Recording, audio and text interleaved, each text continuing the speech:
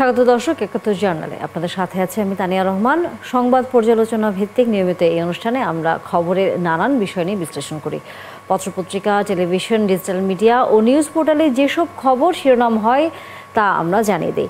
সেই খবরের সাথে যুক্ত মানুষদের আমরা সংযুক্ত করি আমাদের আলোচনা টেবিলে। আমাদের স্টুডিও এবং অনলাইনে যুক্ত থাকা অতিথিরা সেই সব খবরের গভীরে ঢোকেন। আজ আমাদের সাথে আছেন প্রধান উপদেষ্টার সিনিয়র সহকারী প্রেস সচিব ফয়েজ আহমেদ। অসংখ্য ধন্যবাদ এবং স্বাগত ৭১ চ্যানেলে যুক্ত হয়েছেন আপনি আমাদের সাথে। এবং স্বাগত জানাই দর্শক আপনাদেরও আবারও, কারণ বিভিন্ন সময়ে খবর পর্যালোচনার জন্য আরও অতিথিরা পর্যায়ক্রমে যুক্ত হবেন আমাদের সাথে। আমরা দর্শক আলোচনা শুরু করতে চাই। আমাদের সাথে এরই মধ্যে অতিথি হিসেবে যুক্ত হয়েছেন শামসুজ্জামান দুদু, কেন্দ্রীয় বিএনপির ভাইস চেয়ারম্যান। আপনাকে স্বাগত জানাচ্ছি আমাদের সাথে যুক্ত হওয়ার জন্য এবং সময় দেওয়ার জন্য। একে একে যুক্ত হবেন শাহ ইফতেখার তারিক, কেন্দ্রীয় সাংগঠনিক সম্পাদক ইসলামী আন্দোলন বাংলাদেশের, এবং মনিরা শারমিন, যুগ্ম আহ্বায়ক জাতীয় নাগরিক পার্টি এনসিপির। তারাও যুক্ত হয়েছেন। আপনাদের সবাইকে স্বাগত জানাচ্ছি আমাদের সাথে ৭১ জার্নালে যুক্ত হওয়ার জন্য। আমরা যদি প্রথমে যে বিষয়টা নিয়ে আলোচনা করতে চাই সেটি হচ্ছে, যেহেতু আজকে বিএনপির একটি প্রতিনিধি দল তারা দেখা করেছেন মাননীয় প্রধান উপদেষ্টার সাথে, এবং সেখানে তারা বলেছেন যে তত্ত্বাবধায়ক সরকারের ভূমিকা পালন করতে হবে বর্তমান সরকারকে, সেরকম একটি কথা তারা বলে গেছেন। আমরা একটু মন্তব্য শুনে আসি, যেহেতু বিএনপির নেতা আছেন আমাদের সাথে। শামসুজ্জামান দুদু, আপনার কাছ থেকে যদি এই বিষয়টি একটু প্রথমেই জানতে চাই, যে তত্ত্বাবধায়ক সরকারের ভূমিকা পালন করবার কথা আপনারা আজকে বলে গেছেন প্রধান উপদেষ্টার কাছে বর্তমান সরকারকে, সেটি কি প্রক্রিয়ায় হবে, কিভাবে হবে, সেই বিষয়ে কি কোনো রকম পরামর্শ, সেই বিষয়ে কোনো ধরনের কথা কি আসলে জানিয়েছেন কিনা মাননীয় প্রধান উপদেষ্টাকে? আপনাকে ধন্যবাদ।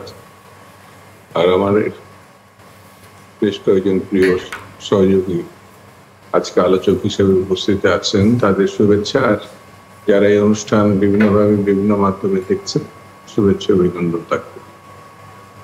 আমাদের একটি প্রতিনিধি দল মহাসচিবের নেতৃত্বে প্রধান উপদেষ্টা এবং অন্যান্য উপদেষ্টার সাক্ষাৎ করেছে। নানান বিষয়ে আলোচনা হয়েছে, তবে যেটুকু প্রচার মাধ্যমে আসার সেটা আমরা প্রচার মাধ্যমে দেখেছি। আলোচনা অত্যন্ত সফল এবং ফলপ্রসূ হয়েছে। তার ভিতরে একটি উল্লেখযোগ্য হচ্ছে, যেটা আপনি উল্লেখ করলেন, যে এখন যে অন্তর্বর্তীকালীন সরকার আছে সেটা কেয়ারটেকার সরকারের রূপান্তরিত করা যায় কিনা, এটা এখনো সাবজুডিস। চূড়ান্ত রায়টি সুপ্রিম কোর্টে এখনো পর্যন্ত, হয়তো আগামীকাল বা পরশু এটা নির্ধারিত হতে পারে। তবে এটা কিভাবে হবে এটি কিন্তু পার্লামেন্ট কর্তৃক অনুমোদিত। আবার মানে স্বৈরতান্ত্রিক সরকার সেটা একক সিদ্ধান্তে অন্য কোনো রাজনৈতিক দলগুলোর সঙ্গে আলোচনার প্রেক্ষিতে একটা বাতিল করেছিলেন, এবং সংকট সেই সময়ই তৈরি হয়েছিল। বিশেষ করে 14 নির্বাচনের পর থেকে 3টি নির্বাচনে যে ভয়ঙ্কর পরিস্থিতি হয়েছিল আমরা কম বেশি সবাই জানি। প্রথম কথা হচ্ছে, কোর্ট এই বর্তমান যে অন্তর্বর্তীকালীন সরকার, এটা কিন্তু কোর্টের, সুপ্রিম কোর্টের নির্দেশনা অনুযায়ী আছে। পিছনের শক্তি হচ্ছে গণঅভ্যুত্থান এবং প্রতিটি রাজনৈতিক দলের সমর্থন। এটি সাংবিধানিক প্রশ্ন যদি সামনে কেউ নিয়ে আসে, তাহলে কিন্তু শূন্যতার সৃষ্টি হয়, বিতর্ক সৃষ্টি হয়। কিন্তু আমরা যখন জনগণের মানে সম্মতি, কোর্টের আইনগত ভিত্তি, রাজনৈতিক দলের সমর্থন, তখন আর এই সংকটগুলো থাকে। তারপরেও আজকের এই 13 মাসের অথবা নির্বাচন সময় পর্যন্ত যে ঘটনা, পার্লামেন্ট আসলে পার্লামেন্টের কিভাবে বা অনুমোদনের প্রসঙ্গ থেকে যাবে, এবং এর আগেও যেসব ক্রাইসিসে পার্লামেন্ট, পরবর্তী পার্লামেন্ট সেটা করেছে। সেটা আমার কাছে মনে হয়েছে এটি এখন আলোচনা হতে পারে, কিন্তু খুব বড় ধরনের কোনো ঘটনা বলে আমার কাছে মনে হয়। সভ্য জাতি হিসাবে অতীত ঘটনাবলী পর্যালোচনা পূর্বক আন্দোলনের শক্তি হিসাবে আমার মনে হয় যে কোর্টের যদি বিবেচনা আসে তাহলে রাজনৈতিক দলগুলো বা সরকার বসে সেটি এই মুহূর্তে কিভাবে করবে সেটা আলোচনা। আছেন আমাদের সাথে যেহেতু ফয়েজ আহমেদ, আপনার কাছে জানতে চাই, মানে সরকারের যেহেতু অংশ আপনি, যেহেতু আজকের এই বৈঠকটি হয়েছে মাননীয় প্রধান উপদেষ্টার সাথে, প্রধান উপদেষ্টা সেখানে তার এই প্রস্তাবের প্রেক্ষিতে কি ধরনের প্রতিক্রিয়া দেখিয়েছেন? জি, আপনাকে ধন্যবাদ। আমি একটু এভাবে বলি, মনে হয় একটু মিসকমিউনিকেশন বা অনেক জায়গায় সংবাদ উপস্থাপনের ক্ষেত্রে বা বিএনপি প্রতিনিধি দল বাহিরে এসে বক্তব্য যেভাবে দিয়েছে সেটা কেউ কেউ বুঝতে খানিকটা হয়তো ভুল হয়েছে। এইটা হচ্ছে এই সরকারকে তত্ত্বাবধায়ক সরকারের রূপান্তরের কোনো প্রস্তাব আসলে দেওয়া হয়নি। যে আলোচনাটি হয়েছে সেটা হচ্ছে যে আপনি জানেন যে আগামী ফেব্রুয়ারির প্রথমার্ধেই আগামী সাধারণ নির্বাচন অনুষ্ঠিত হওয়ার কথা রয়েছে। সেই নির্বাচনকে সামনে রেখে খুব স্বাভাবিক কারণে প্রশাসন সহ নানান জায়গায় নানান ধরনের রদবদল যেটা করতে হয়, খুবই নিয়মতান্ত্রিক একটা ব্যাপার আমরা দেখে আসছি।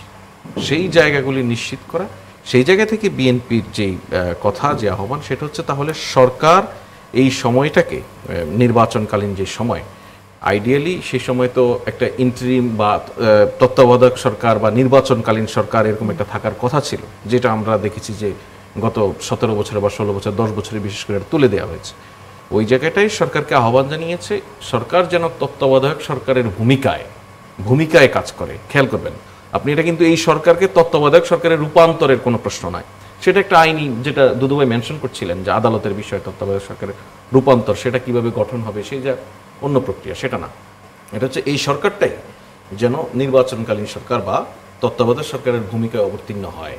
এই সরকারই যেন নির্বাচনের যে সংক্রান্ত বিষয় আশয়গুলি আছে, যেগুলিতে নির্বাচন কমিশনের সঙ্গে সমন্বয়ের ব্যাপার থাকে, জনপ্রশাসন এবং স্বরাষ্ট্র মন্ত্রণালয়, সেখানে বেশ কিছু গুরুত্বপূর্ণ রদবদল সহ নানান কিছু থাকে, এই জায়গাটা যেন ওই ভূমিকাটা রাখে, সেজন্য বলা হয়েছে। একই সঙ্গে বিএনপির পক্ষ থেকে বলা হয়েছে যে আপনি খেয়াল করবেন যে নানান সময়ে এই আলাপটা আসে যে এই সরকার যে অ্যাডমিনিস্ট্রেশন নিয়ে কাজ শুরু করেছে, খুব স্বাভাবিক কারণে সেই অ্যাডমিনিস্ট্রেশনের সব মানুষকে ফেলে দিয়ে তো আর কাজ শুরু করা সম্ভব হয়নি। সেটা আপনি সিভিল অ্যাডমিনিস্ট্রেশন বলেন বা আমাদের ল এনফোর্সমেন্ট এজেন্সি বলেন, সব জায়গাতেই, বা ইলেকশন কমিশন বলেন, সেই জায়গাতেও।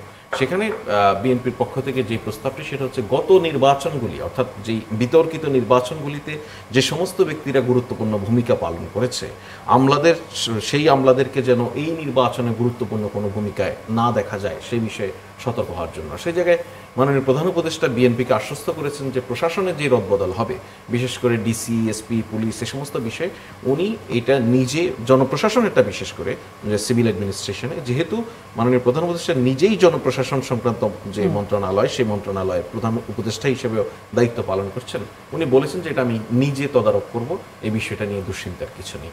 ওই জায়গাটাই, এটা মানে এরকম না যে এই সরকারের ধরন পাল্টে যাচ্ছে, পাল্টে গিয়ে সেটার নাম চেঞ্জ হচ্ছে, আরেকটা সরকার আসছে, এরকম কিছু নয়। এই সরকারটাই যেন নির্বাচনকালীন সরকার বা তত্ত্বাবধায়ক সরকারের মতো ভূমিকা অবতীর্ণ হতে পারে, সেই বিষয়ে আলাপ আলোচনা হয়েছে। এবং আলোচনা দুদুভাই যেটা বলছেন, অত্যন্ত সৌহার্দ্যপূর্ণ পরিবেশে খুবই ফলপ্রসূ আলোচনা হয়েছে, যেটা আমাদের আগামী নির্বাচনটা সুষ্ঠু এবং শান্তিপূর্ণ করার জন্য খুবই গুরুত্বপূর্ণ আসলে।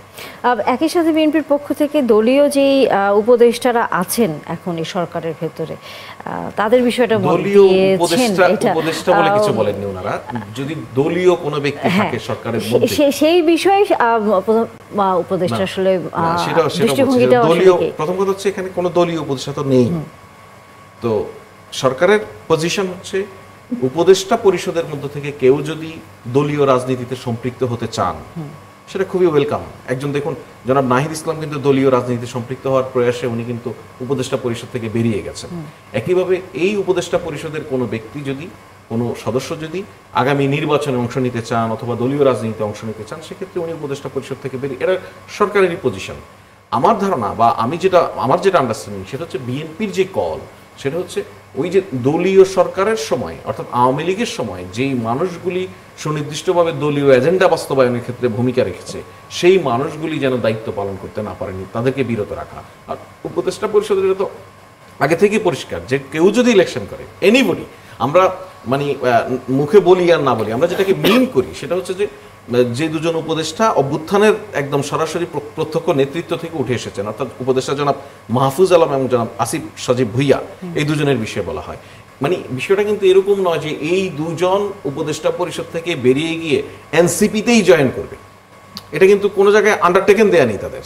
তাদের ইচ্ছে মতো, দেখুন এনসিপির যে রাজনৈতিক মতাদর্শিক অবস্থান বা বিএনপির যে রাজনৈতিক মতাদর্শিক অবস্থান আর অপরাপর আরো অনেকগুলি রাজনৈতিক দলের মতাদর্শিক অবস্থান যদি আপনি বিবেচনা করেন, তারা দেখবেন যে অলমোস্ট একই মতাদর্শিক অবস্থান নিয়ে রাজনীতি করছে। সেক্ষেত্রে এই উপদেষ্টাদের পক্ষ থেকে কেউ কিন্তু অন্য দলেও জয়েন করতে পারে, কেউ বিএনপিতে করতে পারে, কেউ এনসিপিতে করতে পারে, কেউ গণ অধিকার পরিষদে করতে পারে, নানান জায়গায় করতে পারে, সেটা আমরা নিশ্চিত নয়।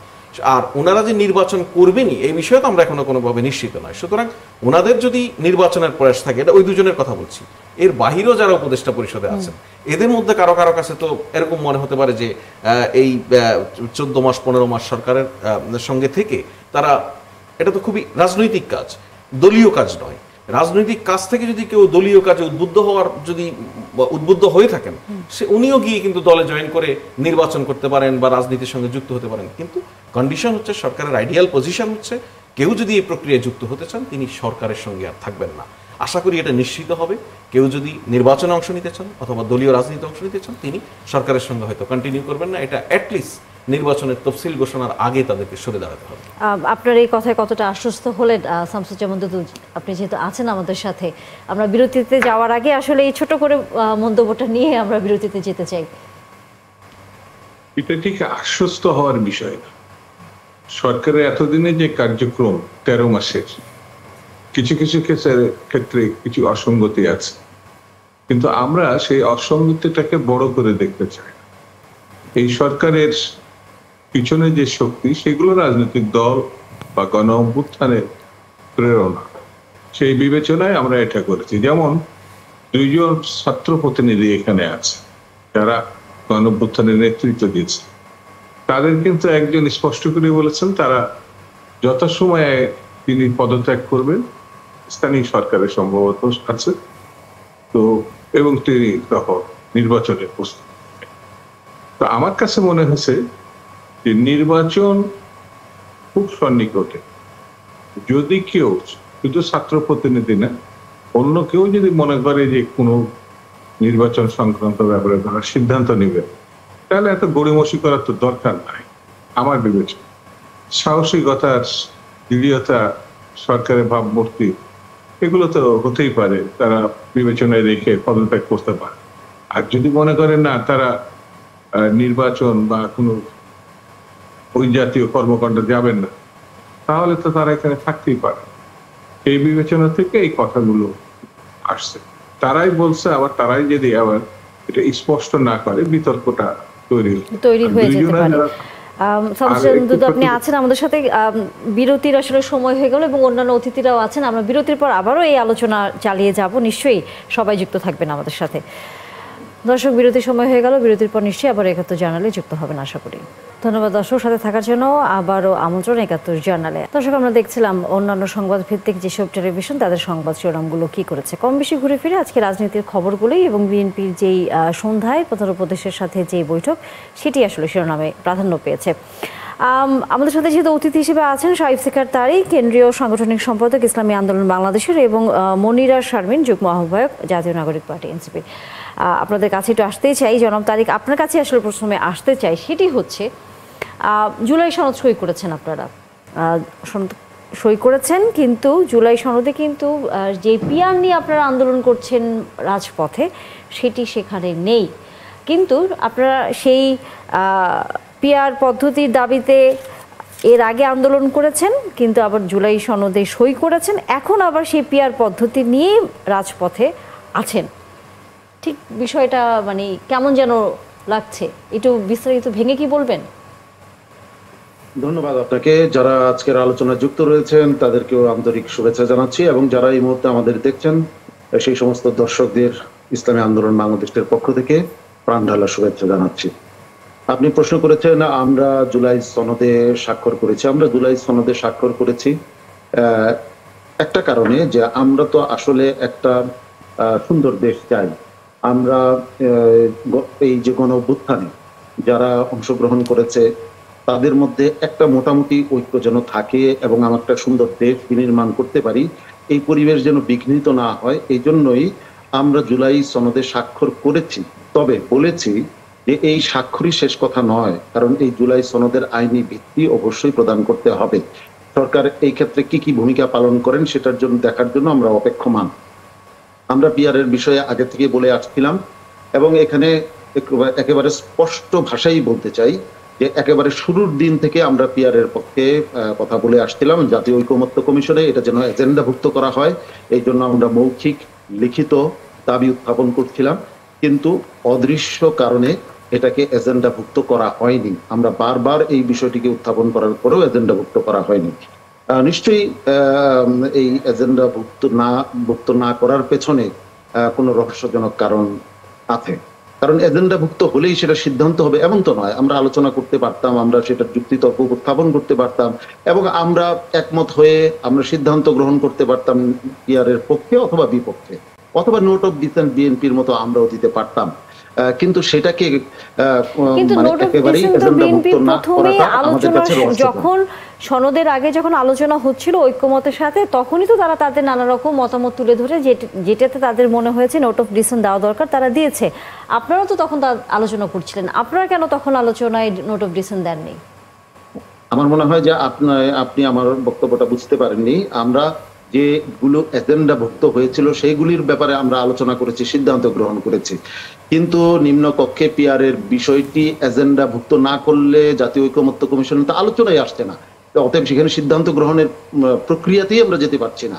আমরা যেটার দাবি করছিলাম যে এটাকে এজেন্ডাভুক্ত করা হোক, যখন এক পর্যায়ে দেখলাম যে আমাদের লিখিত মৌখিক দাবিকে উপেক্ষা করা হচ্ছে বারবার, তখন সেটাকে আমরা আমাদের জনশক্তির সামনে, দেশবাসীর সামনে উপস্থাপনের জন্য রাজপথে সমাবেশে আপনি যতটুকু বলেছেন এই জায়গায় এর আগেও যখন আপনার সাথে আমরা যুক্ত ছিলাম আমরা সেই খবরটা জানি, কিন্তু এর মাঝেও তো ঐক্যমত্য কমিশনের সাথে আলোচনা চলছিল।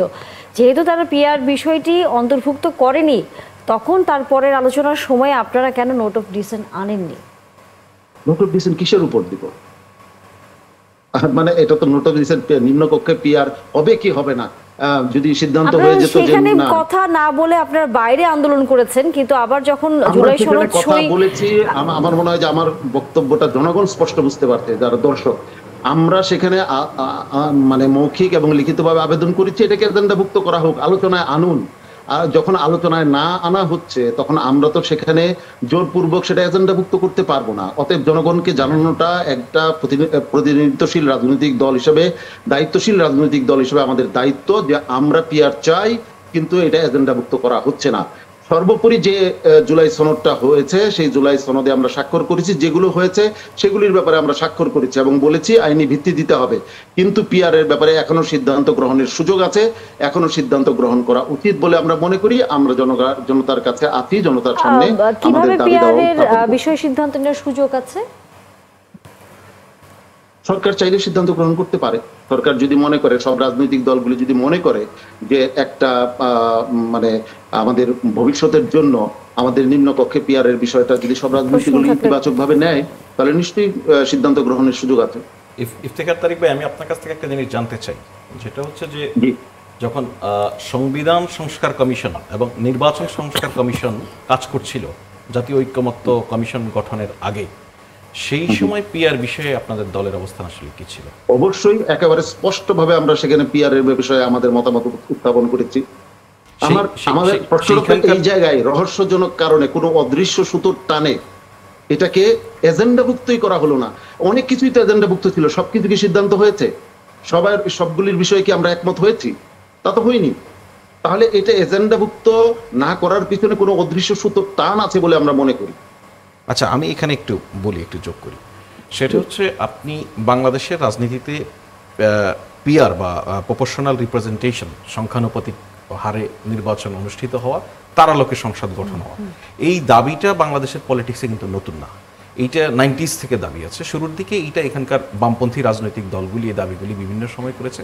আপনি নিজেও দেখেছেন, আমিও দেখেছি, নির্বাচন কমিশনে যখন এর আগের কয়েকটি নির্বাচনের সময় রাজনৈতিক দলের সঙ্গে সংলাপ হয়, তখন বামপন্থী দলগুলি তার লিখিত প্রস্তাবেও এই দাবিটি দিয়েছিল।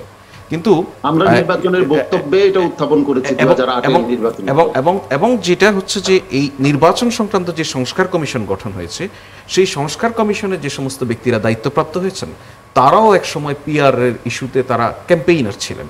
কিন্তু 5 আগস্ট পরবর্তী সময়ে এমন এক ঐতিহাসিক বাস্তবতার মধ্যে বাংলাদেশ গেছে, যখন এই নির্বাচন বিশেষজ্ঞরা নানান দিক বিশ্লেষণ করে মনে করছেন ঠিক এই মুহূর্তে যখন আমরা সংসদে দুটি কক্ষ নিয়ে ভাবছি, আপার হাউসে পিআর এর কথা বলা হচ্ছে, দুই ধরনের পিআর নিয়ে সেখানে আলাপ আলোচনা হচ্ছে, সেই বিষয়ে সিদ্ধান্ত এবং নোট অফ ডিসেন্ট সহই সিদ্ধান্ত আছে নানান রকম, সেই জায়গাটা নিম্নকক্ষে পিআরটা ভ্যালিড ডিমান্ড হিসেবে থাকে না।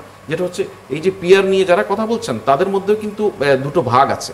একটি অংশ কিন্তু আপার হাউসের পিআর এর পক্ষে, অপর অংশ লোয়ার হাউস এবং আপার হাউস দুটিতেই পিআর এর পক্ষে। এই যে বাস্তবতা, আপনি ওনাকে যে প্রশ্নটা করছেন যে এখন আর এটা কি কিছু করা যায় কিনা, দেখুন আমাদের রাজনীতিতে বিবাদমান নানান ইস্যু আছে, সেই ইস্যু সবগুলি জুলাই সনদ দিয়ে আসলে সলিউশন হবে না।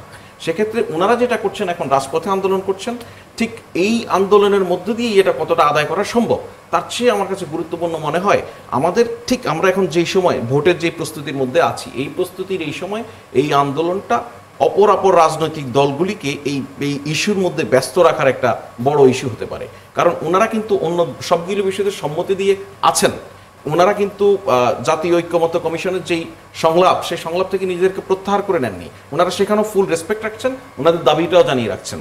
আর এই দাবি যেহেতু বাংলাদেশে একেবারেই নতুন নয়, অনেক পুরনো দাবি, আমি বিশ্বাস করি এটা হয়তো আরো কয়েক বছর সময় লাগবে মানুষের মধ্যে এটা ধারণাটা শক্ত করতে।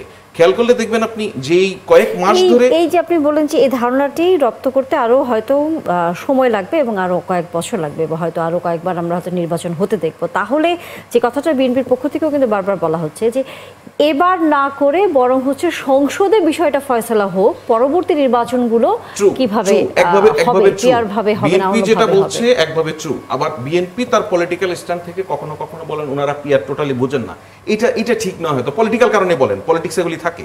কিন্তু আমি মনে করি এই যে 2 মাস ধরে প্রায় কিছু রাজনৈতিক দল রাজপথে পিআর এর দাবিতে আন্দোলন করছে, আপনার এই আন্দোলনে ওই অর্থে কিন্তু জনগণকে সম্পৃক্ত করা যায়নি, এটা ওনারা বুঝতে পারছেন, ওনাদের ওই উপলব্ধিটুকু আছে। একই সঙ্গে যেহেতু ওনারা একটা খুব জায়গায় লেজিটিমেট মনে করছেন, সেই দাবিটা তুলে যাচ্ছেন, বলে যাচ্ছেন, এটা ভবিষ্যতে নির্বাচিত সংসদ এবং জনপ্রতিনিধিরা এবং নাগরিকরা আরো বেশি সম্পৃক্ত একটা সিদ্ধান্তে আসতে পারবে বলে আমার মনে হয়। কিন্তু ইমিডিয়েটলি এখনই মনে হয় আমরা এই প্রক্রিয়ার মধ্যে হয়তো যেতে পারবো না। আমি আমাদের ফয়েজ আহমদ ভাই যে কথা বলেছেন তাকে অত্যন্ত ধন্যবাদ জানাচ্ছি, চমৎকার ভাবে বিষয়টা তুলে ধরেছেন। আমি 2 জায়গায় দ্বিমত প্রকাশ করছি, একেবারে সুস্পষ্ট দ্বিমত প্রকাশ করছি। জনগণ ভালোভাবে সম্পৃক্ত আমরা এই আন্দোলনে করতে পারিনি বা জনগণ সাড়া দেয়নি, এই কথাটার সাথে আমি একমত হতে পারলাম না। আমরা যদি চাই, ফয়েজ আহমদ ভাই কি এটা আশা করবেন যে আমরা যে জনগণকে সম্পৃক্ত করতে পেরেছি এইটার প্রকাশ রাজপথে দেখাই? এটার প্রকাশ যদি রাজপথে দেখাই সেটা কি আমাদের বর্তমান এই সময়ের জন্য কল্যাণকর হবে? আমরা যে জায়গায় উত্তীর্ণ হতে চাই, একটা নতুন বাংলাদেশের জন্য যে একটা সুন্দর জায়গায় যেতে চাই, আমরা যদি অন্যান্য মানে দায়িত্বহীন রাজনৈতিক দলের মতো আমাদের দাবির পক্ষে জনগণকে রাস্তায় নামিয়ে নিয়ে আসি, তখন তো সেটা একটা সংঘাতমুখর পরিস্থিতি সৃষ্টি করবে। সেটা তো নিশ্চয়ই কোনো ইফতেখার ভাই, আমি যে জায়গাটা বলছি, আপনি যেটা বলছেন এটা একটা ফর্ম, যে আমরা এখানে জনগণ সম্পৃক্ত এটা বোঝানোর জন্য কখনো কখনো মানুষকে রাস্তায় নামিয়ে আসার এই ধারণাটা আমাদের মধ্যে আছে, এটা একটা ফর্ম। কিন্তু সবচেয়ে বেটার ফর্ম হচ্ছে আপনি যখন নাগরিকদের কাছে আগামী নির্বাচনে যাচ্ছেন, আপনার ইশতেহার, নির্বাচনে যে ইশতেহার ঘোষণা করবেন, সেই ঘোষণার মধ্য দিয়ে কিন্তু আপনি জনগণের সবচেয়ে বড় সম্মতি আদায়ের একটা প্র্যাকটিক্যাল গ্রুপ আমরা দেখতে পাবো, আমরা বিশ্বাস করি এবং আমরা আশা করি সেই প্রক্রিয়ার দিকে হয়তো আমরা যাব। আমি এই ফয়েজ আহমদ ভাই এই জায়গাটা একটা বলি, আপনি আমাকে একটা সমাধান দিবেন কি, যে একটা পরীক্ষায় মানে দেখুন একটা পরীক্ষার আগে প্রশ্নপত্র ফাঁস হয়, যেটা প্রশ্নপত্র আমার প্রতিপক্ষ পায়, আমি পাই না। আমাকে বলা হলো পরীক্ষায় পাশ করে সবাই পায় না, না ওইটা ওই যে সুনির্দিষ্টভাবে ফাঁস হয় না, যে বিশেষ কোনো ব্যক্তির হাতে যায়, তো ওই আমাকে যদি চ্যালেঞ্জ দেওয়া হয় আপনি পরীক্ষায় পাশ করে এসে এটা প্রমাণ করুন, যে তারপর আপনি সিদ্ধান্ত দিবেন যে প্রশ্নপত্র কিভাবে ফাঁস না করা যায়।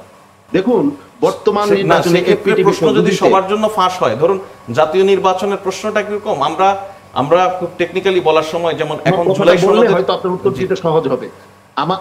বর্তমান এফপিটিভি নির্বাচনী পদ্ধতিতে কি দাঁড়ায়, মনে করুন একটি আসনে একজন ব্যক্তি নমিনেশন পেলেন, সে সেই আসনে সে টাকার কুমির, সে 1,000 কোটি টাকা বা 500 কোটি টাকা সেখানে ব্যয় করলো। আপনি কি দেখেন না কোনো রাজনৈতিক দলের কর্মীরা হচ্ছে যে সমাজের সবচেয়ে যারা বখাটে তারাই হচ্ছে মানে ফিল্ড ইয়েতে থাকে। আমি কোনো সুনির্দিষ্ট দলকে ইঙ্গিত করছি না, অনেক রাজনৈতিক দলের মধ্যে এটা দেখা যায়। তো তারা কিসের কারণে এটার পিছনে ঘুরে? ওই টাকার কারণে। তাদের কাছে অস্ত্র আছে, তাদের কাছে অর্থ আছে। যখন নির্বাচনী ব্যবস্থাকে পুরোপুরি দূষিত করে যারা মেধাবী, যারা প্রতিনিধিত্বশীল সেই সমস্ত ব্যক্তিরা কখনোই নির্বাচনে বিজয়ী হওয়ার পথকে তারা রুদ্ধ করে দেয়, বরং যে কোনো মূল্যে তারা নির্বাচনকে ছিনিয়ে নিজেদের বিজয়কে নিশ্চিত করে। এই ঘটনা কি আমরা বারবার দেখি নাই? এমনকি যখন ফেয়ার ইলেকশন হয়েছে তখন কি আমরা কালো টাকার দৌলতকে বন্ধ করতে পেরেছি? তখন আমরা কালো অস্ত্রের ব্যবহার বন্ধ করতে পেরেছি? আপনি আছেন আমাদের সাথে যেহেতু আরেকজন অতিথি আছেন এনসিপির যুগ্ম আহ্বায়ক মনিরা শারমিন, আমরা তার কাছে আসলে আসতে চাই। দুটি প্রশ্ন, আপনাদেরও অবস্থান দলের পক্ষ থেকে এনসিপির, সেটি হচ্ছে যে এই পিআর নিয়ে, আর দ্বিতীয়ত হচ্ছে যে আপনারা শাপলা প্রতীক চাচ্ছেন আগামী নির্বাচনে, আপনারা যখন নির্বাচন করতে চান প্রতীক হিসেবে, কিন্তু এখন পর্যন্ত নির্বাচন কমিশন থেকে পরিষ্কার করে বলা হচ্ছে যে এই প্রতীকটি আপনাদেরকে দেয়া হবে না। আপনারা অনেক যুক্তি দিয়েছেন, নির্বাচন কমিশনও যুক্তি দিয়েছে। শেষ পর্যন্ত যদি আপনারা না পান শাপলা প্রতীক, তাহলে কি আগামী নির্বাচনে অংশ নেবেন? ধন্যবাদ। যারা দেখছেন তাদের শুভেচ্ছা এবং আমার সহ আলোচক বৃন্দ যারা আছেন তাদের শুভেচ্ছা। আপনার প্রথম প্রশ্ন প্রথমে অ্যাড্রেস করি, সেটা হচ্ছে পিআর নিয়ে আসলে আমাদের দলের অবস্থান। এবং আমি এখানে একটু মেনশন করতে চাই যে এখানে অন্তত আমরা যারা উপস্থিত আছি তাদের মধ্যে আমি জানি না যে এনসিপির পক্ষ থেকে আমি আসলে যেদিন পিআর নিয়ে আলোচনা হয় সেদিন আমি উপস্থিত ছিলাম ঐকমত্য কমিশনে। তো সেখানে কিন্তু আসলে যেই প্রস্তাবগুলো নিয়ে, যে 84টা প্রস্তাব নিয়ে আসলে আমাদের কথাবার্তা এগিয়েছে, তার মধ্যে কিন্তু উচ্চকক্ষে পিআর, এটি আসলে ঐকমত্য কমিশনের পক্ষ থেকে আসলে এই প্রস্তাবনাটা ছিল, এটা নিয়ে আমরা আলোচনা করেছি। কিন্তু সেই সময় আসলে নিম্নকক্ষে পিআর এই বিষয়টি কিন্তু আলোচনা হয়নি, বা কোনো দলের পক্ষ থেকে এই ধরনের প্রস্তাবও আসেনি। সেই জায়গা থেকে আমরা যখন বলছিলাম যে প্রথমত কিন্তু ছিল যে আমরা বাইক্যামেরাল পার্লামেন্ট চাই, আমরা দ্বিকক্ষ বিশিষ্ট আইনসভা চাই এবং উচ্চকক্ষে পিআর চাই। তো এই জায়গা থেকে আসলে আমাদের আলোচনা শুরু হয়েছে। সেখানে দেখা গেছে যে বিএনপি সহ তার সমমনা কয়েকটি দল ছাড়া বাকি সবাই এই বিষয়টিতে ঐকমত্য পোষণ করেছে। সেই জায়গা থেকে আমরা যেটা বলেছি সবসময় সেটা হচ্ছে আমরা উচ্চকক্ষে পিআর চাই এবং আমরা সাংবিধানিক এক ধরনের অ্যাবিউজ করা, যেরকম করে আসলে সংবিধানকে ব্যবহার করে এবং এই 2/3 মেজরিটির বলে যে সংবিধান পরিবর্তন করে ফেলা, অ্যামেন্ডমেন্ট করে ফেলা, এবং এই জায়গাগুলোতে আসলে মানে কোনো রাজনৈতিক দল বলেন বা সাধারণের ম্যান্ডেট বলেন, কোনো জায়গায় আসলে কোনো ম্যান্ডেট লাগে না যখন আপনি সংবিধান সংশোধন করছেন। সুতরাং সেই জায়গায় এই 2/3 মেজরিটির বলে সংবিধান যাতে সংশোধন না করা যায়, এটি আমাদের আলোচনার এবং আমাদের বিতর্কের বিষয় ছিল। তো সেই জায়গা থেকে উচ্চকক্ষে পিআর এবং সংসদটিকে প্রতিনিধিত্বশীল করার জন্য আসলে আমরা বলেছি যে উচ্চকক্ষে পিআর প্রয়োজন, এবং এই বিষয় নিয়ে মোটামুটি এক ধরনের ঐকমত্য এসছে। তো সেই জায়গা থেকে এনসিপির অবস্থান একেবারে সুস্পষ্ট। আর যদি প্রতীক নিয়ে বলি, তাহলে প্রতীকের ব্যাপারে তো আমাদের প্রথম থেকেই আমরা বলছি যে আসলে নির্বাচন কমিশন এক ধরনের বিমাতা সুলভ আচরণ করছে প্রথম থেকেই। আমরা কিন্তু এই প্রতীক নিয়ে, বিশেষ করে প্রতীক নিয়ে ব্যাপারটা এমন হয়েছে, দেখেন মিডিয়াতে আমাদের আসলে এই প্রশ্নটা যখন করা হয় তখন আমি ব্যক্তিগতভাবে খুবই বিব্রত বোধ করি যে আপনাদের কেন শাপলা প্রতীকই লাগবে, বা শাপলা প্রতীক ছাড়া আপনারা যাবেন কিনা নির্বাচনে। এই প্রশ্নটি আসলে একটু অন্যভাবে প্রয়োজন ছিল করা, যে সাংবিধানিক প্রতিষ্ঠান যেহেতু তাদেরও একটা জবাবদিহিতা, একটা অ্যাকাউন্টেবিলিটির জায়গা আছে, তারা আসলে যখন কোনো ধরনের সুস্পষ্ট বক্তব্য নেই, তাদের যুক্তি দিতে পারছে না, তারা যতগুলো যুক্তি দিয়েছে আমরা প্রত্যেকটির বিপরীতে আমরা বলেছি যে আচ্ছা যদি এটা হয় তাহলে এটা কেন। তো তারা আসলে একবার বলছেন আপনাকে এখানে আমি একটা প্রশ্ন করতে চাই, সেটা হচ্ছে যে আপনি বলছেন যে সাংবিধানিক প্রতিষ্ঠান তারা কোনোভাবে কোনো যুক্তি দিয়ে বোঝাতে পারছেন আপনাদেরকে কেন তারা শাপলা আপনাদেরকে দিতে পারবে না, কিন্তু আপনাদের দলের পক্ষ থেকে শেষ যখন প্রধান নির্বাচন কমিশনার এবং অন্য নির্বাচন কমিশনারদের সাথে দেখা করেন তখন আপনারা কিন্তু বলেছেন যে ধানের শীষও কেন থাকবে এবং কয়েকটি প্রতীক নিয়েও আপনারা কথা বলেছেন। সেটাও বা কেন? মানে আপনাদের শাপলা দেওয়া হচ্ছে না বলে ধানের শীর্ষ থাকতে পারবে না, বা সেটা নিয়েও আবার চিন্তা ভাবনা করতে হবে, এই ধরনের বক্তব্যটা আসলে কেন তাহলে আপনাদের দল থেকে যাচ্ছে?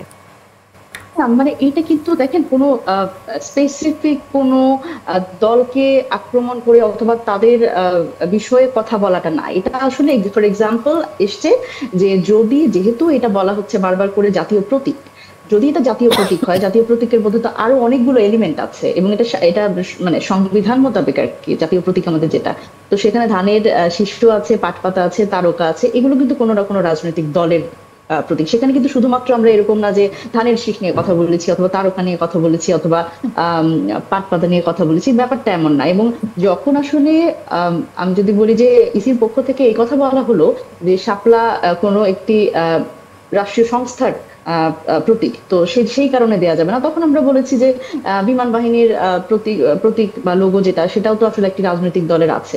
তো সেই জায়গা থেকে আবার যখন হয়েছে যে জাতীয় ফুল হিসেবে দেওয়া যাবে না, তাহলে জাতীয় ফল কাঁঠালও তো একটি রাজনৈতিক দলকে আপনারা দিয়েছেন।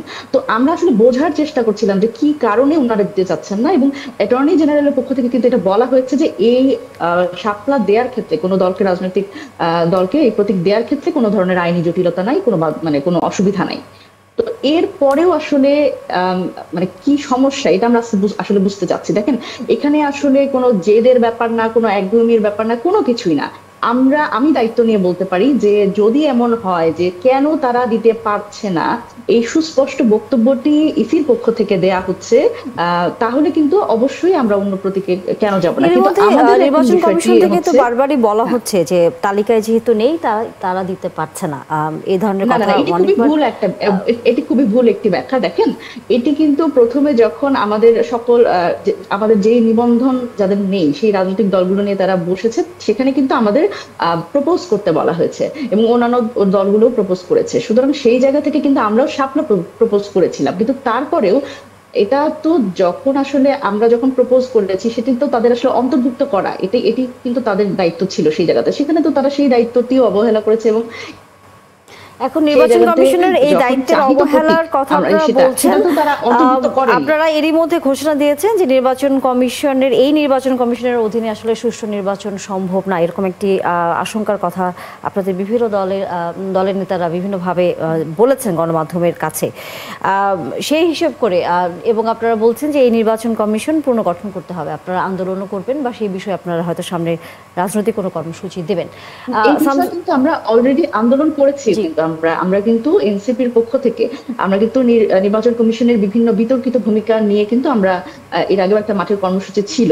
এবং দেখেন, এখানে শুধুমাত্র কিন্তু প্রতীক বিষয়টি না, আরো কিন্তু বেশ কিছু বিষয় আমাদের সামনে আসছে যে যেখানে আসলে রাজনৈতিক দলের নিবন্ধন পাওয়া যেই পরিমাণ হ্যাসেলের বিষয়, এবং সেখানে আমরা দেখছি যে পাশাপাশি জাতীয় লীগ নামে একটি দলের আসলে নামকাওয়াস্তে অফিস, এবং সেখানে কোনো নেতাকর্মী নাই, এবং 172 পৃষ্ঠার নথি জমা দিয়ে তারা আসলে নিবন্ধন পেয়ে যাচ্ছে। এবং সেখানে কিন্তু নির্বাচন কমিশনের ভিতর থেকেই কর্মকর্তারা এই ধরনের কথাও বলছেন যে সেখানে আসলে এই ডিসিশন গুলো কোথা থেকে আসছে সেটা কিন্তু তারা জানেন না। এখানে আসলে রিমোট কন্ট্রোলটা, আমাদের হাসনাত আব্দুল্লাহ অলরেডি বলেছেন যে রিমোট কন্ট্রোলটা আসলে ইসির রিমোট কন্ট্রোল কোথায়, এটা কিন্তু আমরা বুঝতে পারছি না। এটি আসলে আমার মনে হয় যে সবারই কিন্তু এই দিকে আসলে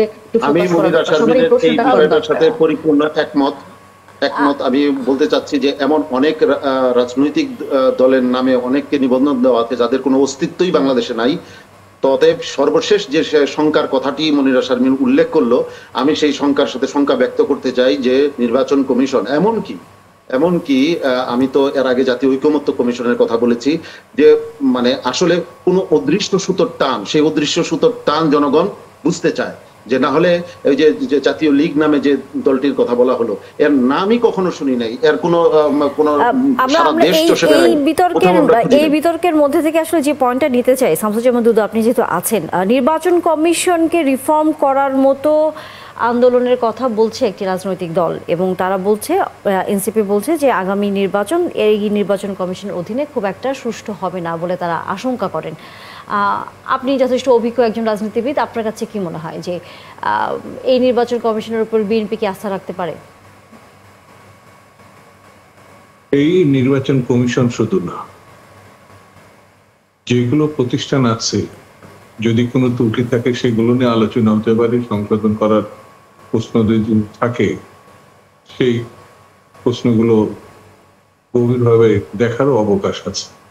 কিন্তু কোনো না কোনো সময় আপনাকে কোনো না কোনো প্রতিষ্ঠানের উপর নির্ভর করে কাজগুলো সারতে হবে। নির্বাচন যদি চান, সেই নির্বাচনের জটিলতার মধ্য দিয়ে কালক্ষেপণ করব নাকি সেটা মীমাংসা করব, আইনের আশ্রয় নিব না ইচ্ছাকে প্রাধান্য দিব, এই জিনিসগুলো আপনাকে আসতে হবে। আমি আইন যেটা আছে সেটা মানি না, আমি আমার ইচ্ছা যেটা করব, দাবি করব, সেটাকে মানতে হবে, লজিকগুলো থাকতে হবে। যদি আমার কাছে মনে হয় এই জন্য গ্রহণযোগ্য বিষয়গুলো নির্বাচন কমিশন বিবেচনা নিতে পারে, অবশ্যই নিতে পারে। তবে এখন যে অবস্থায় আছে, ত্রুটি অথবা অসঙ্গতি বাদ দিল, এখন আমার বিবেচনায় এই নির্বাচন কমিশন দিয়ে একটি ভালো নির্বাচন করা সম্ভব, সরকার এবং রাজনৈতিক দলগুলো যদি নির্বাচন কমিশনকে সহযোগিতা করে। কিন্তু রাজনৈতিক দল অথবা সরকারের ভিতরে অসহযোগিতার প্রশ্ন থেকে থাকে, তাহলে এই নির্বাচন কমিশনের অবশ্যই মানে শুধু বেগ পাওয়া না, ভালো কিছু করা খুব কঠিন। 2 নম্বর হচ্ছে, জীবনে আমি এমন নির্বাচন রাজনৈতিক দল জানি, সব রাজনৈতিক দল তো একরকম না, অনেক প্রবীণ দলও আছে যারা কখনোই নির্বাচনে কার্যকর ভূমিকায়, অর্থাৎ একটা সিটও পায় নাই।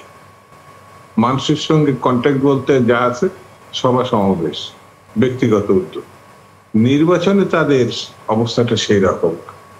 এখন তার দাবি, তার সদিচ্ছা, আর যারা সরকার পরিচালনা করছে, বিরোধী দলের ভূমিকা পালন করছে এবং যৌক্তিকভাবেই যারা নির্বাচনে কার্যকর ভূমিকা রাখে, আমি কোনটাকে প্রাধান্য দিই, কোনটাকে আমি গ্রহণযোগ্য মনে করি, এই বিষয়গুলো যদি মাথার মধ্যে আমি রাখি, তবে সব মীমাংসা হচ্ছে নির্বাচনের ময়দানে। আমি সেই নির্বাচনের ময়দানে গিয়ে যাওয়ার আগে সবকিছু আমি ডেডলক সৃষ্টি করি, তাহলে মীমাংসা খুঁজে পাওয়া কঠিন আমার কাছে। যেমন আপনার প্রসঙ্গটা এখন অনেক আলোচনা আছে, আমার কাছে মনে হয় পিয়ার প্রসঙ্গ উঠে যে রাজনৈতিক কর্মসূচি হতে পারে, যারা এটাকে গ্রহণযোগ্য পৌঁছায় তারা জনগণের সামনে নিয়ে গিয়ে তারা নির্বাচন জয়লাভ করে এবং সরকার গঠন করে পরবর্তীতে পিয়ারের অধীনে তারা নির্বাচনকে অনেক কিছু সংশোধনী আনতে পারে। কিন্তু আমি আগে এটা করব, দুটো পথ আছে, একটি নির্বাচন আর একটি রাস্তা দখল করা। আমি এই মুহূর্তে কোনটা করব এটা আবার বিবেচনায় নিতে হবে। আর প্রচলিত ধারার বিষয়টি সাংবিধানিক ভাবে আছে, আপনি পার্লামেন্ট শেষ করতে চাচ্ছেন না অথবা চাচ্ছেন, তাহলে একটা মীমাংসা আসবে। আর যদি পার্লামেন্টকে আপনি এড়িয়ে গিয়ে মীমাংসা করতে চাই, তাহলে গণঅভ্যুত্থান ছাড়া তার কোনো পথ নেই। এটা আমার কাছে মনে হয় সবগুলোই সাংবিধানিক। এই গণঅভ্যুত্থান আইনের বাইরে কোনো ঘটনা না, যেখানে মানুষ সমর্থন করে সেটাও গ্রহণযোগ্য। সেই জন্য আমার কাছে মনে হয়েছে এখন নির্বাচনকে যদি সামনে নিয়ে প্রতিটি রাজনৈতিক দলকে, বিশেষ করে তত্ত্বাবধায়ক সরকারের প্রধান, উনি উদ্যোগী হয়ে রাষ্ট্রই তিনি আলোচনা করছেন বিভিন্ন প্রসঙ্গ নিয়ে, এই প্রসঙ্গগুলো নিয়ে আলোচনা যদি প্রয়োজন থাকে আলোচনা হবে, কোনো অসুবিধা তো নাই আমার কাছে মনে হয়েছে। কিন্তু অস্থিরতা আপনার নিয়ন্ত্রণ করতে হবে। অস্থিরতা বাড়লে এবং এটা যদি আপনার নিয়ন্ত্রণের বাইরে চলে যায়, অনেক শক্তি, অনেক মহল, কুচক্রী মহলই বলবো, যারা বসে আছে পরিবর্তনটাকে সফলতার দিকে না গিয়ে ভিন্ন পথে নিয়ে যাওয়া, সেই ক্ষেত্রে আমাদের সতর্ক থাকতে হবে। নিশ্চয়ই। আমাদের বিরতির সময় হয়ে গেল, আপনারা আছেন আমাদের সাথে, বিরতির পর আলোচনা চলতেই থাকবে। দর্শক ৭১ জার্নালে বিরতির সময় হয়ে গেল, দেখা হচ্ছে বিরতির পর। ধন্যবাদ দর্শক, সাথে থাকার জন্য আমন্ত্রণ আবারও ৭১ জার্নালে। মনিরা শারমিন, একটু আপনার কাছে আসতে চাই, সেটি হচ্ছে যে গত ২-১ দিন নিশ্চয়ই গণমাধ্যম থেকে শুরু করে সামাজিক যোগাযোগ মাধ্যমে আসলে একটি খবর আছে, সেটি হচ্ছে এনসিপি ভার্সেস জামাতে ইসলামী। অর্থাৎ এনসিপির আপনাদের নেতারা বলেছেন যে জুলাই সনদের মধ্যে যে সই করেছে জামায়াতে ইসলামী, সেটা এক ধরনের প্রতারণা, রাজনৈতিক প্রতারণা। আবার পিআর নিয়ে প্রতারণার কথা তারা উল্লেখ করেছেন। আর একই সাথে জামায়াতে ইসলামী আবার তাদের পক্ষ থেকে আপনাদের উপর এক ধরনের বিরূপ মন্তব্য আসলে করেছেন, আমরা কম বেশি সেটা দেখেছি। দ্বন্দ্বটা আসলে হঠাৎ করে কি নিয়ে শুরু হলো? দেখেন, দ্বন্দ্বটা আসলে হঠাৎ করে ব্যাপারটা না, মানে এই যে আমি যদি বলি যে জুলাই সনদ স্বাক্ষরের ব্যাপারে দেখা গেছে যে তাদের এক ধরনের অবস্থান আমরা দেখলাম। এটি আসলে রাজনৈতিক দল হিসেবে বিশ্লেষণ করার বিষয়, হঠাৎ করে কোনো ধরনের ইয়ের বিষয় না আসলে। রাজনৈতিক দল হিসেবে তারা আসলে বিভিন্ন সময় দ্বিচারিতা করেছে। তার মধ্যে একটি যদি আপনারা দেখেন যে আলোচনার টেবিলে যখন সমাধানের চেষ্টা আমরা করছি, তখন তারা মাঠের একটা আন্দোলনে চলে গেল এবং তাদের একটা দলীয় এজেন্ডা যুক্ত করলো আর কি। যে মাঠের প্রথমে কিন্তু এজেন্ডা যুক্ত ছিল না, নিরপেক্ষ পিআর। তো সেই জায়গা থেকে তাদের এক ধরনের দ্বিচারিতা আমরা দেখেছি। এবং এরপরে যেটা হলো যে জুলাই সনদ স্বাক্ষরের ব্যাপারে বারবার করে ওনারা এর আগের থেকে টেলিভিশন মিডিয়াতে বিভিন্ন জায়গায় তারা স্টেটমেন্ট দিচ্ছিলেন যে তারা জুলাই সনদের আইনি ভিত্তি ছাড়া কোনোভাবেই এই সনদ অনুষ্ঠানে সনদ স্বাক্ষর অনুষ্ঠানে যাবেন না বা স্বাক্ষর করবেন না। কিন্তু এরপরে যেটা দেখলাম যে হাস্যোজ্জ্বল ভঙ্গিতে তারা সনদ অনুষ্ঠানে সনদ স্বাক্ষরে গিয়ে স্বাক্ষর করে আসলেন। এবং পরবর্তীতে যেটা দেখলাম যে স্বাক্ষর করে আসার পরেও ওনাদের এক ধরনের এরকম বার্তা ওনারা দিচ্ছেন যে যদি আইন না হয় তাহলে আমরা স্বাক্ষর প্রত্যাহার করবো। আমি জানি না যে স্বাক্ষর আসলে কিভাবে প্রত্যাহার করে। ধরেন ব্যাপারটা এরকম যে আমি কাবিননামায় সিগনেচার করে ফেললাম, বিয়ে করে ফেললাম, এরপরে আমি আবার বলছি যে না, ছেলে পছন্দ না হলে তাহলে তো সংসার করবো না। ব্যাপারটা যদি এরকম হয়, বা বিয়ে ভেঙে দিব বা প্রত্যাহার করবো, হোয়াট এভার, মানে এই ধরনের দ্বিচারিতা এবং মানে এক ধরনের বালখিল্য আচরণ আমরা দেখেছি তাদের মধ্যে। সেই জায়গা থেকে আমাদের পক্ষ থেকে আমরা এক ধরনের সমালোচনা করা হয়েছে। এবং নাহিদ ইসলাম ওনার একটি ফেসবুক পোস্টের মাধ্যমে কিছু বিশ্লেষণধর্মী কথা বলেছেন ওনাদের ব্যাপারে, আসলে এজ এ রাজনৈতিক দল তাদের আসলে কিভাবে মূল্যায়ন করেন উনি। তো সেই জায়গা থেকে এই ধরনের যখন দেখবেন, খুবই মজার একটা বিষয় সেটা হচ্ছে জামাতে ইসলাম ওনাদের সমালোচনা করা যায় না। হ্যাঁ, এটি যদি আপনি ফেসবুকে বা সামাজিক যোগাযোগ মাধ্যমে যদি আসলে জামাত ইসলাম বিরোধী কোনো মন্তব্য করেন অথবা কোনো পোস্ট দেন, সেখানে তো এক ধরনের আমাদের যদি বলি সোশ্যাল মিডিয়া মবের শিকার হতে হয়। আমি জানি না বট বাহিনী কিভাবে করে আসলে যারা আসলে এই কাজটি করেছেন, আমি নিজেও ব্যক্তিগতভাবে এটির সাফারার। তো এই ধরনের একটা মানে মবের শিকার হতে হয় যে কেন আসলে জামাত ইসলাম বিরোধী কোনো কথা বলা যাবে না বা তাদের রাজনৈতিক বিষয়ে কোনো সমালোচনা করা যাবে না। তো এই ধরনের কার্যক্রম কিন্তু আমরা এর আগেও 17 বছর দেখে এসেছি যে আমরা ফেসবুক কোনো লেখালেখি করতে পারতাম না। তো সেই সংস্কৃতি আর ফিরে না আসুক, এটা আমরা চাই। এবং দেখেন, এই জায়গাতে আমি একটু বলতে চাই যে মানে রাজনীতির শিষ্টাচার বলে আমরা সবসময় বলে থাকি, এটা খুবই খুবই আলোচিত কথা যে জেন্টলম্যানস এগ্রিমেন্ট। রাজনীতিটাকে আমরা যদিও সেখানে রাখতে পারিনি বা রাখতে চাই না, আমি জানি না, আমাদের সদিচ্ছারই হয়তো অভাব। সেখানে নাহিদ ইসলামের পোস্টকে কেন্দ্র করে বা এই সমালোচনা নিতে না পারার যে এক ধরনের মানসিকতা, সেটাও কিন্তু আমরা দেখলাম জামাত ইসলামের পক্ষ থেকে একজন গুরুত্বপূর্ণ নেতা মন্তব্য করেছেন যে জামাত ইসলামের যে অবস্থান সেটি অনেকটা গুপ্তভাবে আওয়ামী লীগকে ফিরিয়ে আনার অবস্থান, সেটা আপনারা মনে করছেন? না, সেটা তো এক ধরনের স্টেটমেন্টই যে জামাত ইসলাম আসলে আমরা যদি বলি যে 5 আগস্ট পরবর্তী রাজনীতিটা আমরা আসলে ধরতে পেরেছি কিনা, এবং জামাত ইসলামের রাজনীতি যদি দেখেন, তারা এক ধরনের প্রক্সি রাজনীতি করেছে। দেখবেন যে আপনি এই 5 আগস্ট পরবর্তী সময় আমরা যখন আওয়ামী লীগের বিরুদ্ধে কথা বলেছি, আওয়ামী লীগের মিছিল ঠেকানোর কথা বলেছি, সরকারের কাছে আমরা বলেছি যে এই কাজগুলো আপনারা করেন, আপনারা আইন শৃঙ্খলা বাহিনী স্ট্রং করেন, এই মিছিলগুলো ঠেকান, কিন্তু এই ধরনের বিষয়ে কিন্তু তাদের উচ্চকিত কোনো মন্তব্য আমরা পাইনি। আবার গুরুত্বপূর্ণভাবে দেখেন, এই 17 বছরে গুম খুনের শিকার, হামলা মামলার শিকার কিন্তু তারা হয়েছে। শুধুমাত্র তাদের, আমি যদি বলি যে দাড়ি রাখার কারণে, পাঞ্জাবি পরার কারণে তারা যেই পরিমাণ নিগৃহীত হয়েছেন, এবং ডিজিএফআই থেকে শুরু করে যেই ধরনের আয়না করে তাদের উপরে যেই ধরনের হামলা, মানে যেই ধরনের আসলে তাদের উপরে নির্যাতন হয়েছে, এটি তো আসলে তাদের থেকে বেশি বড় ভিকটিম আমি মনে করি না যে আসলে মানে আর কেউ আছে। তো সেই জায়গা থেকে যখন আমরা ডিজিএফআই সংস্কারের কথা বলছি, আমরা সেনাবাহিনীর কে কলঙ্ক মুক্ত করার কথা বলছি, তখন কিন্তু তারা সেখানে উচ্চকিত কোনো মন্তব্য করছেন না। তো এই ধরনের বিষয়গুলো দেখেন, এইটা তারা এক ধরনের, আমি প্রক্সি রাজনীতির কথা কেন বললাম বলেন তো, যে এই কথাগুলো কিন্তু তারা এনসিপির উপর দিয়ে, মানে এই রাজনীতি তারা এনসিপির উপর দিয়ে করেছে, এবি পার্টির উপর দিয়ে করেছে। যেমন ব্যারিস্টার ফুয়াদ তো বলছেই ডিজিএফআই সংস্কারের কথা, আমাদের হাসনাত আব্দুল্লাহ তো বলছেই ডিজিএফআই সংস্কারের কথা, সুতরাং তাদের কিন্তু বলতে হয়নি। তারা এক ধরনের সেফ সাইডে থেকেছে সব সময়, যাতে কারোর সাথে শত্রুতা নাই, সবার সাথে বন্ধুত্ব, এবং দেশপ্রেমিক হিসেবে তারা তাদের, যদি বলি যে আমির সাহেব বলেছেন যে শুধুমাত্র দুই ধরনের মানুষই আসলে বাংলাদেশের দেশপ্রেমিক, সেটা হচ্ছে এক সেনাবাহিনী এবং জামাতে ইসলাম। তো এবং দেখা গেছে যে আওয়ামী লীগকেও তারা মানে 5 আগস্ট পরবর্তী সময় আমরা দেখেছি ক্ষমা করে দেওয়ার মতো কথাবার্তা বলছেন। তো সুতরাং এই জায়গাগুলো তো আসলে আমাদের ভাবায়। আমরা তো এই সময় যে ঐক্যের কথা বলছিলাম, সেটা তো আসলে এই ধরনের মন্তব্য, এই ধরনের দ্বিচারিতা তো সেই ঐক্যটা নষ্ট করছে, এটা তো একটা ব্যাপার। তাই আপনাদের আসলে এই ধরনের অবস্থান। শামসুজ্জামান দুদু, আপনার কাছে কি মনে হয় যে এখন হয়তো সামনে নির্বাচন, তাই নানা রকম রাজনৈতিক এরকম পাল্টাপাল্টি রাজনৈতিক হয়তো বক্তব্য আসবে, কিন্তু সামনের দিনগুলোতে, কারণ আজকেও আমরা দেখেছি যে আওয়ামী লীগের ঝাঁটিকা মিছিল হয়েছে তাদের নেতাকর্মীরা, এবং যদিও পুলিশ সেখানে ব্যবস্থা নিয়েছে, অনেকেই ধরেছে, এই যে গুপ্তভাবে নানা রকম মিছিল, নানা রকমভাবে সোশ্যাল মিডিয়াতে নানা ধরনের বার্তা ছড়িয়ে দেওয়া, এগুলো নিয়ন্ত্রণটি করবার ক্ষেত্রে সরকারের খুব শক্ত অবস্থান কি আপনি দেখেন?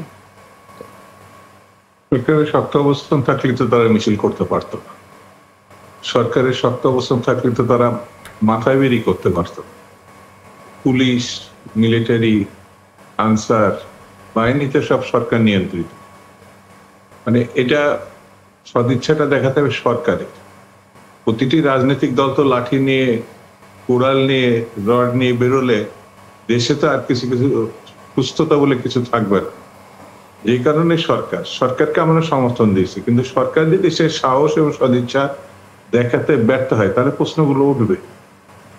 যে শক্তি সীমাহীন নির্যাতন করেছে মানুষের উপরে, খুন করেছে, গণহত্যা করেছে, সীমাহীন লুটপাট করেছে, তারা সেই জন্য তো অনুশোচনা তো দূরে থাক, তাদের গলা শুনলে এখনো মনে হয় তারা যা করেছে আবার সুযোগ করলে তার থেকে বেশি করবে। এইরকম বক্তব্য তাদের দলীয় প্রধান এবং সব শ্রেণীর তাদের রাজনৈতিক উপর থেকে নিচ পর্যন্ত নেতা কর্মীরা এটা এখনো প্রশ্ন। আপনি যে ধর্মেও মানেন, আমাদের সৃষ্টিকর্তা আল্লাহ তাআলা বসে আছেন, আমরা ক্ষমা চেলে প্রতিনিয়ত তিনি ক্ষমা করবেন। এটাই আমার ধর্মের অন্যতম একটা দিক। মানুষ ভুল করবে, কিন্তু তার সৃষ্টিকর্তার কাছে সে ক্ষমা চাবে। আর এরা হচ্ছে সৃষ্টিকর্তার উপরে চলে গেছে, যা করছে ঠিক করছে, গণহত্যা করছে, লুটপাট করছে, নির্যাতন করছে, আয়নাঘর বানাইছে, কি করে না। 60 লক্ষ মামলা, এটা ভাবা যায়? এই 60 লক্ষ আসামি, এটা ভাবা যায়? সেই জন্যে আওয়ামী লীগ যদি পুনর্বার সুযোগ পায়, তাহলে কি পরিণতি, কি পরিস্থিতি, কি অবস্থা হবে আমরা জানি। আপনার প্রথম যে কথাটা, যে আমরা সেটা আসলে আমাদের যেহেতু আছেন প্রধান উপদেষ্টা সিনিয়র সহকারী প্রেস সচিব ফয়েজ আহমেদ, তার কাছে জানতে চাই, সরকারের সদিচ্ছার অভাব দেখছেন রাজনৈতিক দলের নেতারা? হয়তো বলেছেন আর কি, কিন্তু আমি অ্যাটলিস্ট এতটুকু বলি যে আওয়ামী লীগ যেই অত্যাচারের কথা উনি বর্ণনা দিয়েছেন, মানে আওয়ামী লীগের লেভেলে এক্সট্রিম, আমি বিশ্বাস করি এখানে 3 জন রাজনৈতিক দলের প্রতিনিধি আছেন, তাদের কারো দলের পক্ষেই আমার মনে হয় 20 বছর 30 বছর টানা ক্ষমতা থাকলেও এতটা ভয়াবহ হয়ে ওঠা খুব কঠিন ব্যাপার।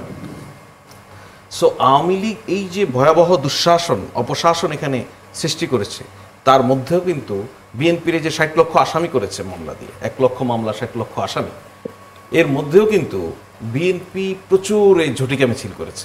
আমাদের মনে আছে, বিশেষ করে বিএনপি সিনিয়র যুগ্ম মহাসচিব জনাব রুহুল কবির রিজভী, তার নেতৃত্বে প্রচুর, যখন একদম বিএনপির কেন্দ্রীয় কার্যালয়ে তালা লাগিয়ে দেওয়া হয়েছিল, কোথাও বিএনপির কোনো অ্যাক্সেস নাই, কোথাও দাঁড়াতে দেওয়া হচ্ছে না, সে সময় বিএনপি ভোর রাতে পর্যন্ত ঝটিকা মিছিল করেছে।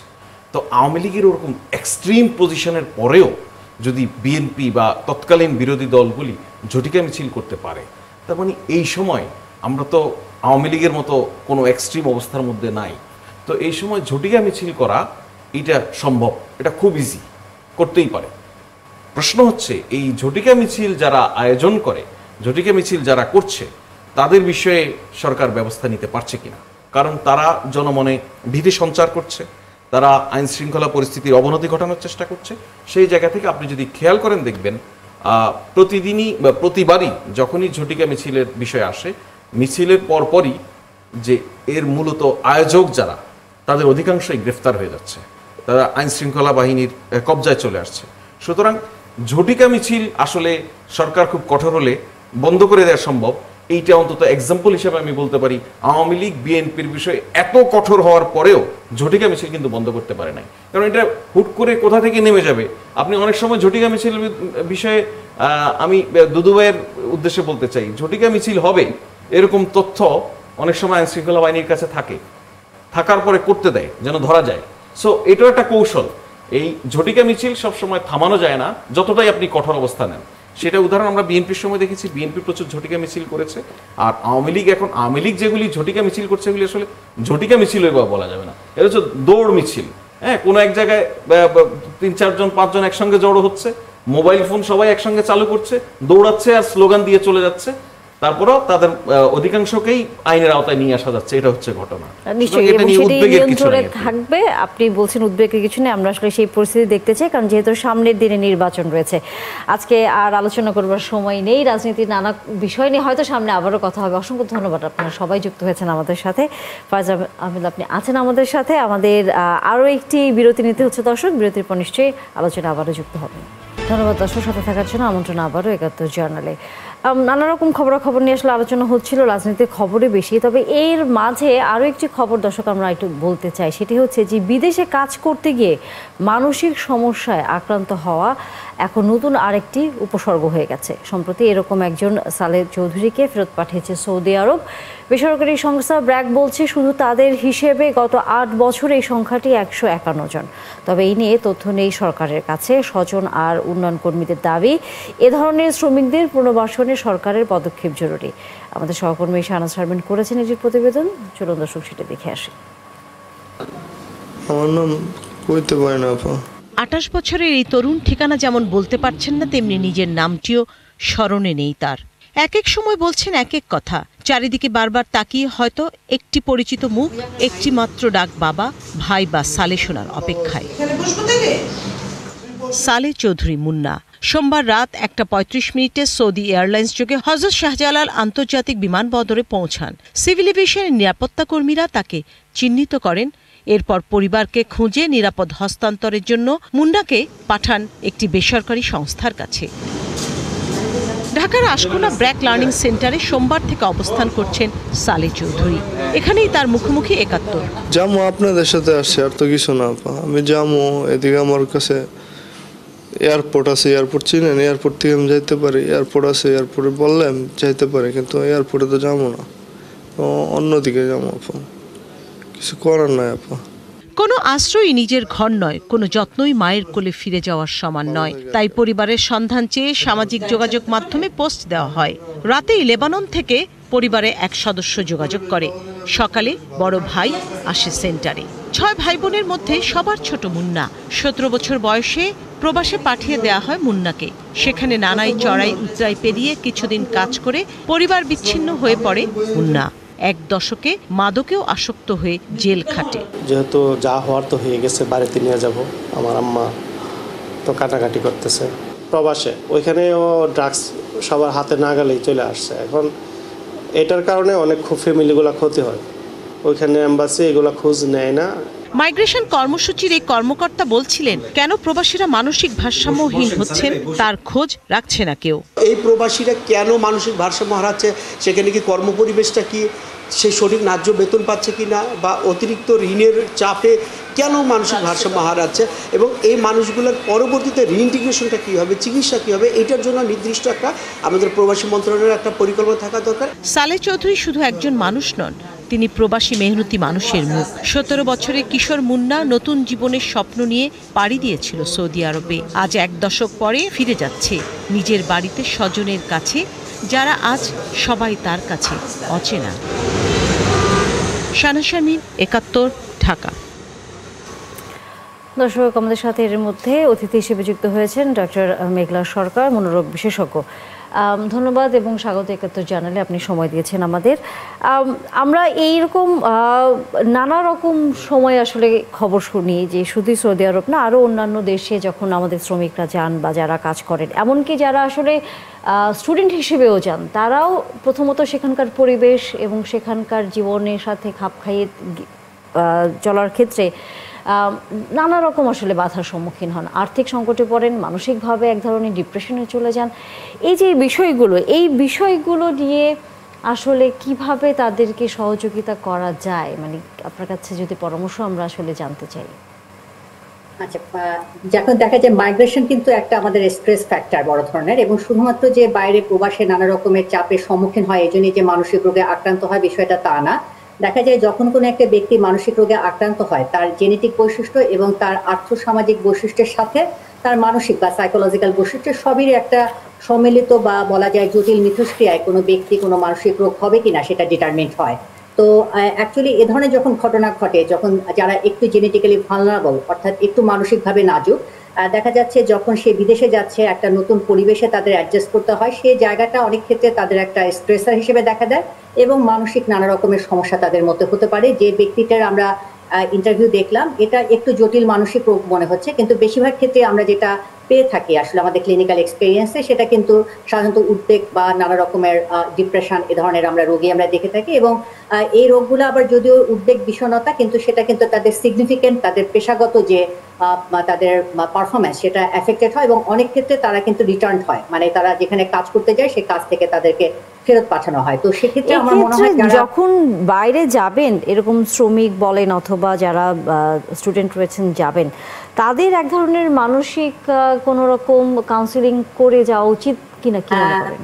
হ্যাঁ, এটাই বলছিলাম যে অ্যাকচুয়ালি যখনই হলো বিদেশে যাচ্ছে একটা যদি একটু স্ক্রিনিং এর মধ্যে দিয়ে তাদেরকে একটু নেওয়া যায়, অর্থাৎ তারা কোনো রকমের মানসিকভাবে ভালনারেবিলিটি আছে কিনা একটু অ্যাসেস করে, সবসময় যে কাউন্সিলিং করতে হবে তা না, কিন্তু একটু অ্যাসেস করে যদি আমরা পাঠাই, কারণ এক একজনের মানসিক যে গঠন সেটা কিন্তু এক এক রকম। কাজে যে বিদেশের যে জায়গাটা অনেকে কিন্তু খুব সুন্দর করে কোপ আপ করতে পারে, বেশিরভাগ ক্ষেত্রেই হয়তো করে, কিন্তু যদি তার একটু মানসিকভাবে নাজুক থাকে বা তার কোনো রকমের ভালনারেবিলিটি থাকে তাহলে কিন্তু তার মানসিক সমস্যায় পড়তে পারে। তো সেক্ষেত্রে প্রবাসে যাওয়ার আগেই যদি আমাদের এরকম একটা স্ক্রিনিং প্রোগ্রাম থাকে, অনেক রকমের কিন্তু আমরা হেলথ স্ক্রিনিং করি, সেখানে যদি মেন্টাল হেলথ স্ক্রিনিং একটু করা হয় তাহলে আমার মনে হয় এ ধরনের সমস্যাতে তো তারা কম পড়বে। এবং অনেক ক্ষেত্রে কিন্তু আমরা যদি একটু কাউন্সিলিং বা কোনো রকমের সাময়িক চিকিৎসার মাধ্যমেও, যেমন অনেকে যদি অ্যাংজাইটি বা ডিপ্রেশন তার বেশি থাকে, মোটামুটি থাকে বা তার একটু যদি ভালনারেবল থাকে, সেক্ষেত্রে কিন্তু আগে থেকেই যদি তাকে একটু কাউন্সিলিং করা হয় তাহলে ওখানে গিয়ে তার সমস্যাটা কম হবে। তা প্রথমে আসলে স্ক্রিনিং করে তাদেরকে কিছু আইডেন্টিফাই করা এবং যাদেরকে আসলে স্ক্রিনড আউট হচ্ছে, স্ক্রিনে যারা পজিটিভ আমাদের মনে হচ্ছে, তখন তাদেরকে একটা অ্যাসেসমেন্ট এবং একটা চিকিৎসার আওতায় গিয়ে বা কাউন্সিলিং বা অনেক সময় আমাদের ওষুধেরও প্রয়োজন হয়, সেক্ষেত্রে সেভাবে পাঠাতে পারি। এবং অনেক ক্ষেত্রে যারা জটিল মানসিক রোগ, যাদের কনস্ট্যান্ট মেডিকেশন দরকার হয়, সেক্ষেত্রে কিন্তু আমরা অনেক সময় সাইকিয়াট্রিস্টরা সাজেস্ট করি না যে একদম একা একা ওখানে থাকবে, কারণ বেশিরভাগ ক্ষেত্রে কিন্তু এ ধরনের প্রবলেমগুলো রিল্যাপস করে। আপনি যে বিষয়গুলো আসলে সামনে নিয়ে আসলেন, যেহেতু সরকারের একজন দায়িত্ববান ব্যক্তি আছেন আমাদের সাথে, সিনিয়র সহকারী প্রেস সচিব, তার আগে আপনি নিজেও একজন সাংবাদিক ছিলেন, সেই হিসেব করে এই যে যারা প্রবাসে যাচ্ছেন, আমরা রেমিটেন্স যোদ্ধা বলছি, যাদের আমরা রেমিটেন্স পেয়ে বলছি আমাদের অর্থনীতি অনেক শক্তিশালী হচ্ছে, সেই মানুষগুলোর এই যে মানসিক এক ধরনের দৈন্যতার মধ্যে তারা পড়েন, একটা অস্থিরতার মধ্যে পড়েন, সেখানে সরকারের পক্ষ থেকে যাওয়ার আগে কি আসলে ব্যবস্থা নেওয়া দরকার বা আছে কিনা আমাদের? দেখুন, আমি দুটো বিষয় বলি। আপনারা পার্টিকুলারলি যেই প্রতিবেদনটা দেখেছি, খুব দারুণ প্রতিবেদন।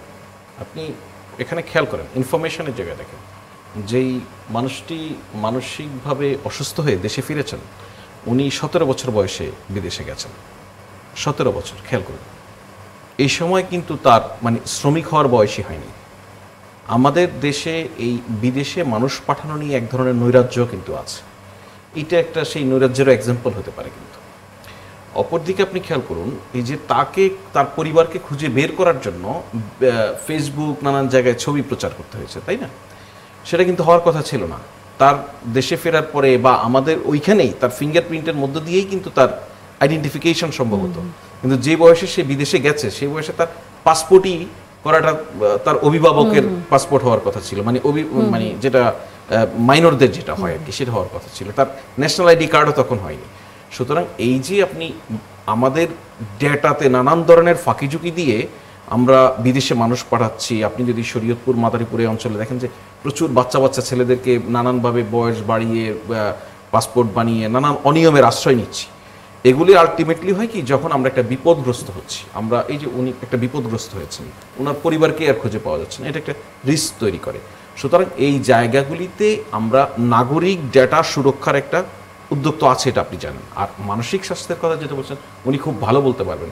বাংলাদেশের এটা একটা বড় সংকটের জায়গা। আপনি তো একটা ইন্ডিভিজুয়াল কথা বলছেন বা একজন ভিকটিমের কথা বলছেন, বা প্রবাসী যারা আছে তাদের মধ্যে যে কয়জন সংখ্যায় অন্তত ব্র্যাক মাইগ্রেশন থেকে বলা হচ্ছে, সেটা পার্সেন্টেজ যদি আপনি করেন খুবই সামান্য।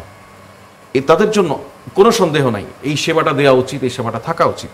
আমরা রিসেন্ট সময়ে যেটা মোকাবেলা করেছি সেটা হচ্ছে জুলাইয়ে যারা চোখ হারিয়েছেন, হাত হারিয়েছেন, আহত হয়েছেন, চিকিৎসাধীন হসপিটালে ছিলেন, তাদের জন্য যেই মেন্টাল হেলথের যে সাপোর্টটা দেওয়ার দরকার ছিল বাংলাদেশে সেটা পর্যাপ্ত নেই। সুতরাং এটা আমাদের কাছে যখন আমাদের পর্যাপ্ত নেই, এটা পরিষ্কার নোটিশ যে আমাদের এটা উন্নতি করতে হবে, কোনো বিকল্প নেই। সবার জন্য অনেক ধন্যবাদ ফায়জুল আহমেদ যুক্ত হয়েছেন এবং একই সাথে মেঘলা সরকার আপনিও যুক্ত হয়েছেন। আগামীতে আবারও কথা হবে। দর্শক, এতক্ষণ আপনারা সাথে ছিলেন একাত্তর চ্যানেলে, তার জন্য ধন্যবাদ আবারও।